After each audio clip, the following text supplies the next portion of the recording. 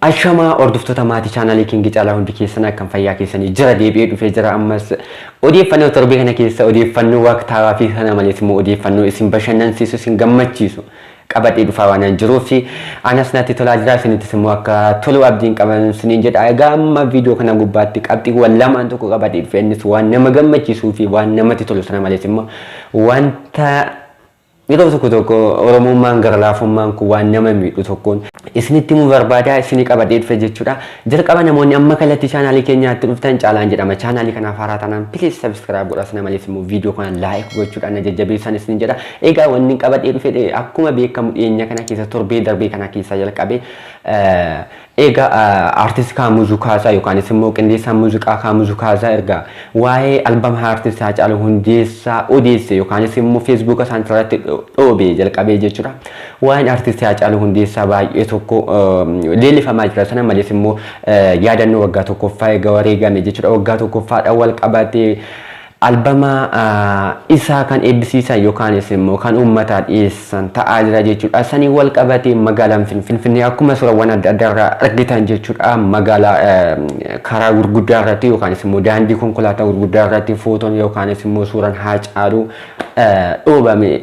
Mata dureen sirbichaa yookaan immoo mata dureen albamichaa maali mallisaa kan jedhu dhoobame yookaan immoo suuraa isaa wajjin dhoobamaa jira. Sana malees immoo artistoonni gurguddoo kan Oromoo hundaa jalqabee hanga amartoota tokko tokkotti jechuudha yookaan immoo nama afaan biraatiin hojjetu tokko tokkotti piroofaayilii Haacaaluu Hundeessaa waan namatti tolu waan baay'ee namatti tolu jechuudha. Sana malees immoo hagam akka uummanni Oromoo hagam akka artistii keenya jaallatuu fi iddoo guddaa qabuuf jechuudha kan ibsudha. Artistoonni keenya gurguddoon hedduun isaanii jechuudha. Hojii Haacaaluu Hundeessaa yookaan immoo hojii artistii keenya otoo bakkaan hin gahin deeme kana firii guddaatti argamsiisuudha yookaan immoo bu'aa guddaatti argamsiisuudha wajjin hojjechaa jiru yookaan jechuudha. Hordoftoota isaanii biraan sirriitti gahaa jiru jechuudha. Karaa Feesbuukiin, Waatsaappii, Teelegiraam kallattii hundumaanuu jechuudha. Suuraa isaa sana malees immoo Feesbuuk peejii isaa sana malees yuutuubii isaa share gochaa jiru jechuudha. Waan namatti toluu fi waan jajjabeeffamuu qabudha. Akkuma beekamu guyyaa wiixataa artistii hojiin artistii keenyaa yookaan immoo hojiin artistii Haacaaluu Hundeessaa uummataaf kan ifa ta'uu ta'a jechuudha. Sana malees yaadannoo waggaa tokkoffaa artistii keenya guyyaa wiixataa yookaan guyyaa hojii duree kan uummataaf ifa ta'uu fi kan yaadatamu ta'a jechuudha. Kanaaf wanta isaa wal qabatee waggaa kana wal qabatee wantoonni artistiin keenya duraan hin fayyadamne amma maatii isaa haa fayyaduuf kallattii Feesbuukiitiin, kallattii yuutuubiitiin, kallattii adda addaatiin fuulli sooshaal miidiyaa banamee fi hojjetamaa jira. Waan baay'ee nama gammachiisuu fi waan jajjabeeffamuu qabuudhaan isiniin jedha. Egaa namoonni hin laalle hojii artistii keenya kana laaluu ni dandeessu keessattuu kallattii Feesbuuk peejii, kallattii yuutuubii deemtanii waan daawwachuu dandeessanii fi waan argachuu dandeessanis ni jedha. Baay'ee hojiin artistii keenya kun baay'ee eegamaa jira. Ani akka kootitti baay'een eegaa jira. Uummanni Itoophiyaa baay'ee eegaa jira. Uummanni Oromoo baay'ee eegaa jira. Sana malees uummanni biyya keenya irraa darbee uummanni Eertiraa hojiin artistii keenya Haacaaluu Hundeessaa baay'ee tokko eegaa jira jechuudha. Kanaan wal qabatee keessummaa kan simatu uummanni Oromoo baay'ee tokko hojii isaa sirriitti mul'isuudhaaf waan baay'ee namatti tolu of qopheessaa jira jechuudha. Kana dura hin yaadattuutu yoo ta'e jechuudha. Hojiin eenyudha sirbaa waa'ee laga Abbayyaatti kan sirbe artistiin Teedii Afroo jechuudha. Guyyaa tokkotti miiliyoona tokko argatee ture jechuudha muuziqaan suni.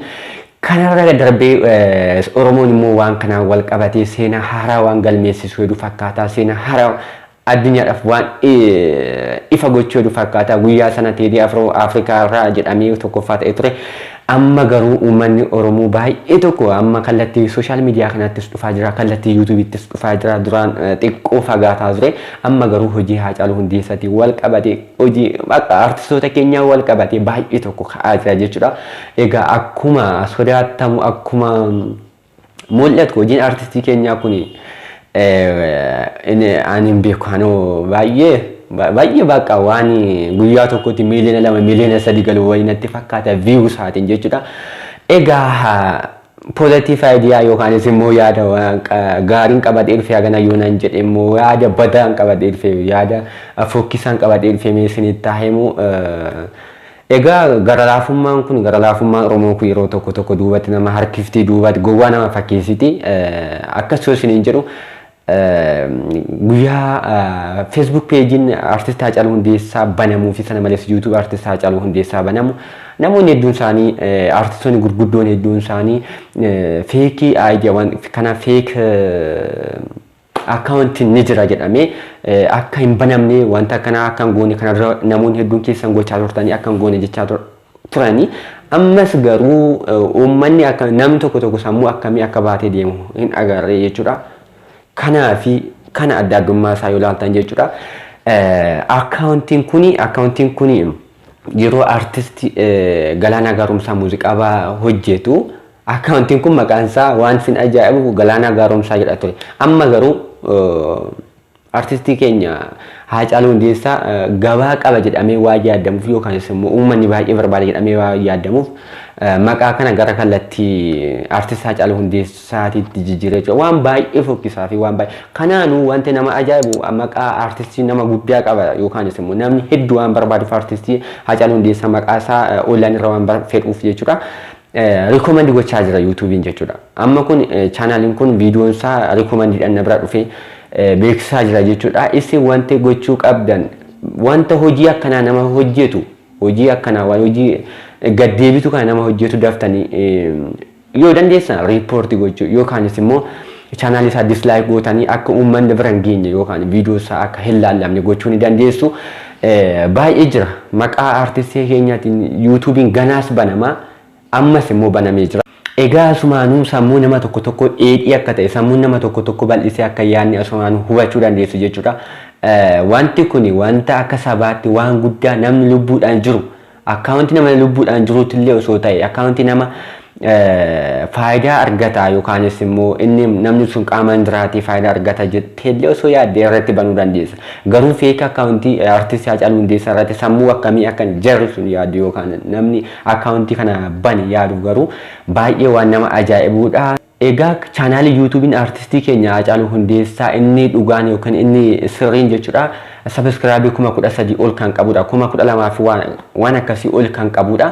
Kanaaf isa sana filtanii subscribe gochuu fi qabdu sana malees immoo description box video kana yala link YouTube sana isiniif kaa'a.